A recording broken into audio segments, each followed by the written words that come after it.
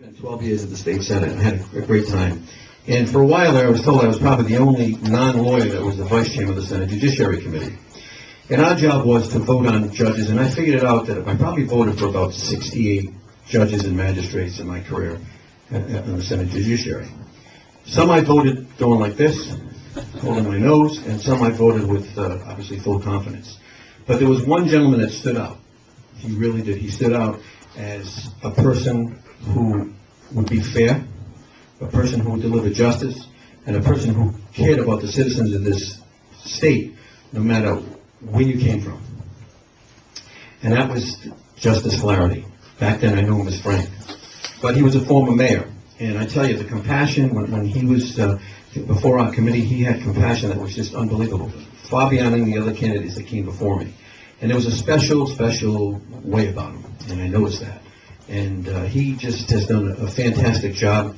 It was obviously it was an easy decision for me to vote for him, and I even moved his advice and consent at the time, and I was very honored to do that. So once again, and he's been patient with me, because every 2 years he keeps coming back to swear me in as mayor. So I don't know if I got him conned or if he just likes coming back for the food. So I hope it's for the food. But he really truly is a remarkable individual. He is a decorated war veteran, served in Vietnam, and there's just a way about him. He's just a down-to-earth, he's not pretentious at all, and he's still like that, even though he's on one of the highest courts he's in the highest court in the state. But I want to thank him from the bottom of my heart for coming to our town and being our keynote speaker, Justice Frank Flaherty. Thank you.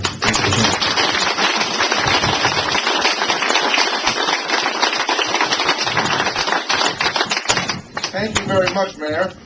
Can everybody hear me? Okay. It's always a pleasure. I keep telling Mayor Policino that if he keeps getting reelected, I'll keep coming back to swear him in. Before I begin my remarks, I'd like to just make some personal observations. I am a member of the Rhode Island Supreme Court, and we are generally considered to have one of the most beautiful courthouses in the country. Courtrooms in the country, the Rhode Island Supreme Court room. And oftentimes I'll take people around and show them the courtroom, how beautiful it is, how the carvings, the marble, it's a public place. As Channel 6 says, you paid for it, so come up and see it. And I often have wondered how somebody like me, who comes from the third floor at 868 River Avenue in the north end of the city of Providence, ended up in the Supreme Court. I think, unfortunately, other people have asked that same question. But I'm there anyway, and they've got to deal with me. And when I take people around the courthouse, I usually use the same remark, that if you could afford to rebuild this courthouse today, you couldn't find anybody that knows how to do it. Unfortunately, after seeing what's been done here today, half of those comments have to go. Because this is a magnificent job, and you really do have a jewel here in Mr. Tadino and everybody that worked with him and for him in getting this done. This is an absolute magnificent job. Second thing I want to mention before I begin is I'd like to take the opportunity just to remark on four people who I see in this audience that I would like to, who have had an impact on my life in one way or another. And I'd just like to single them out for recognition. The first is Bobby LaFazio, who was on your school committee. Is Janice Mealy here? I didn't see Janice. I heard her name. But Janice also two of my favorite people, two people who have done a wonderful things for me in the past. I admire them and their family so much, and I'm so grateful to be able to see Bobby here again today. The second is Mayor Lombardi. I was a mayor for 6 years in what looked like heavenly times when I was there compared to what mayors have to deal with today. I watch every day to see what Mayor Policino and Mayor Lombardi do each and every day as they struggle with that's probably the toughest job.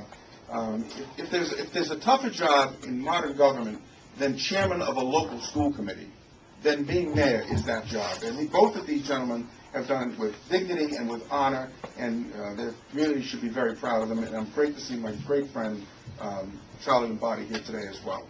Not surprised he's here because he goes everywhere. And lastly, I'd like to just remark on the presence of Chief Tamburini. I've been a public official for a long time. Tamburini's been a public official even longer. And when you look at the people who serve as role models of how public officials should live their lives and should represent public office to the public, the two names that always jump into my mind are Chief Vin Vespier from the South Kingston Police and Chief Tamburini from the Chief of the Johnston Police. And I'm very honored to be in your presence. So, honored members of the dais, Mayor Policina and other elected officials here in what is a great quintessential American town, the town of Johnston, Rhode Island. I'm especially honored to be here today as the keynote speaker as you open and dedicate the new facilities for the Johnston Municipal Court and Town Council. I am a member of Rhode Island Supreme Court, which is the only court provided for in our state constitution.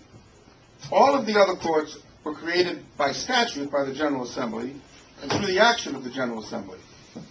There are 5 members of our court, all of whom serve for life on good behavior. That's difficult sometimes, but that's our condition. And we, along with the governor, the lieutenant governor, the secretary of state, the general treasurer, and the attorney general, are the only constitutional officers in the state.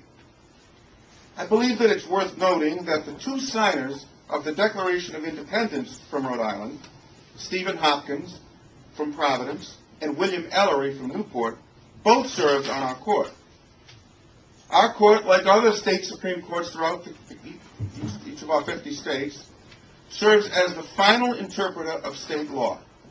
Not even the United States Supreme Court can overrule a state Supreme Court on that court's interpretation of its own state law. We hear about 225 appeals a year, and also, under the Constitution, provide advisory opinions to the governor and to the General Assembly and to the United States District Court under certain conditions if we are asked. Our court has had the same makeup, mission, and authority for over 150 years now. But before that, the Supreme Court was the subject of dynamic changes over the course of its histories.